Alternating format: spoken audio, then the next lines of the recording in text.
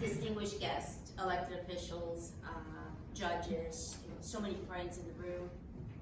Almost the former Texas Supreme Court here between Judge Jeff Brown and Justice Medina and myself, and we have Justice Huddle. We can take care of some business today. But before we lift the veil on this masterpiece, whatever that ends up being, it's my privilege this afternoon to present a portrait of the man we honor today. There's been much said, but I want to echo Roland's words. Family. David is family. He's family to me. He's family to my extended family. We all love our friend, David Medina, Justice David Medina.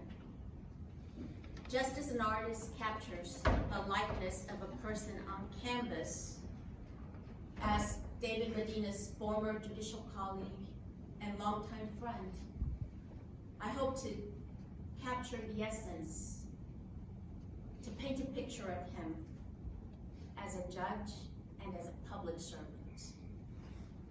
Of course, David is far more than a judge and a public servant. He's the loving father of 4 children I've known since they were babies. He's a devoted husband to our dear friend Pamela, as you've heard, and he's an esteemed law partner. I met David my first day in law school. We had a visiting professor at South Texas College of Law, Beverly Charles. I will never forget that name. I'd never met a lawyer before I started law school, and I've never took one of those courses that you take to figure out what to do in law school. So it was our very first day of law school in contracts class. And Professor Charles called on me, and she said, well, you're not sitting down until you give me the answer. And I eventually said something that satisfied our visiting Harvard professor. But after that, Judge Medina, David at the time, rushed over and he said, you need to join our study group, come on. And we have been friends ever since. David was born on Galveston Island. He grew up attending public schools in Hitchcock, where he stood out as an athlete. And you mentioned karate, yeah, you don't want to get on David's wrong side. He is an athlete, an athlete's athlete. I've been fortunate to see him over the years enjoy mentoring in that realm. But he, as you've heard today, is also a confident and well-spoken man. He, you heard the word caring. David is a caring man. During his 8-year tenure on our state's highest civil court, he participated in many important decisions and made significant contributions to Texas jurisprudence. But beyond that, he was looking deep. You know, you look at these cases and you see the facts and you see the cold appellate record. David was always looking at the litigant before us. Who is this litigant before the court? What are the litigant circumstances? And how is this opinion going to fairly treat the litigant? He on the Supreme Court improved our processes and our procedures.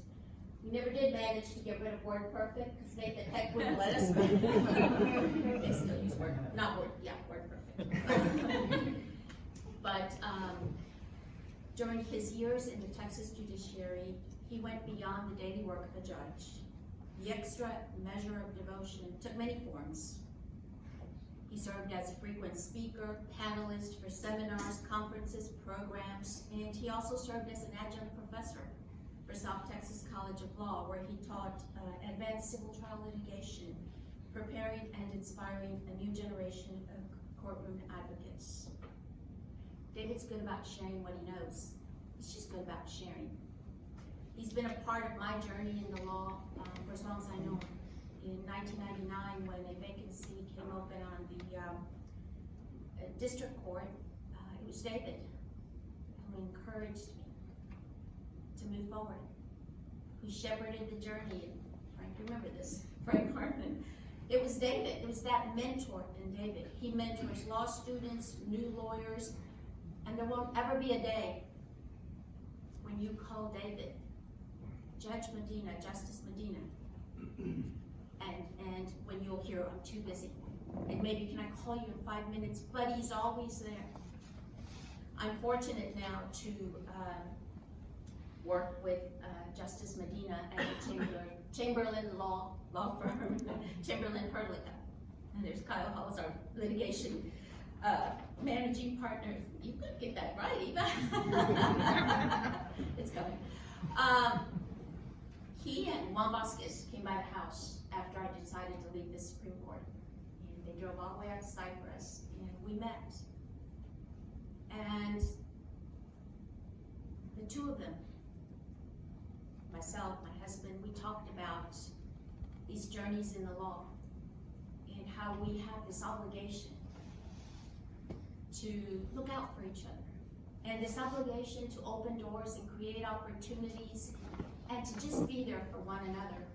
And so I chose to join this law firm because it embodies excellence, commitment to the rule of law, but also commitment to each other as human beings.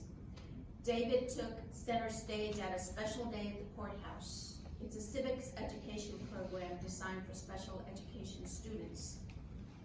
He put the law in terms the audience could understand, explaining what lawyers and judges do, how they help people solve problems. He showed these very special students how the law impacts their everyday lives.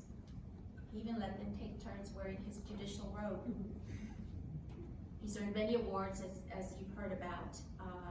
But today we celebrate and we honor his service by dedicating his portrait for display in this hallowed hall of justice. One day, this stately portrait will hang alongside those of other judges of the 157th District Court as a lasting tribute to Justice Medina's legacy and distinguished service. For lawyers and judges who frequent these grounds, judicial portraits remind us not just of the individuals who wore the robes and occupied the benches, but also of our larger roles in the justice system, our shared commitment to the legal profession, and the high calling of our daily work. Long after we're gone, Judge Medina's portrait will stand as a powerful reminder of these high ideals and of his service to the cause of justice. Please join me in giving a Texas-sized salute and congratulations to the man in the portrait, my friend, my family, Judge David Medina.